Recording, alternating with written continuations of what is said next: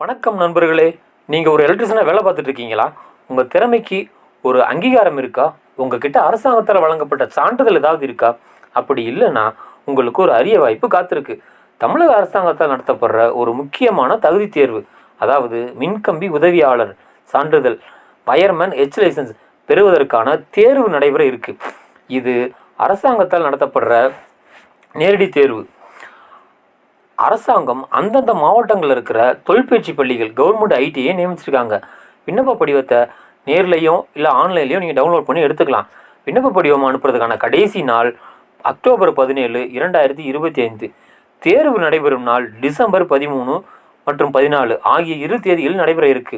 எனவே எலக்ட்ரீஷியன் நண்பர்கள் தயவு செய்து இந்த அரிய வாய்ப்பினை பயன்படுத்தி இந்த சான்றிதழை பெறுமாறு உங்களை அன்போடு கேட்டுக்கொள்கிறோம். இந்த சான்றிதழ் உங்களுடைய தொழிலுக்கு ஒரு புதிய உயரத்தை கொடுக்கும்.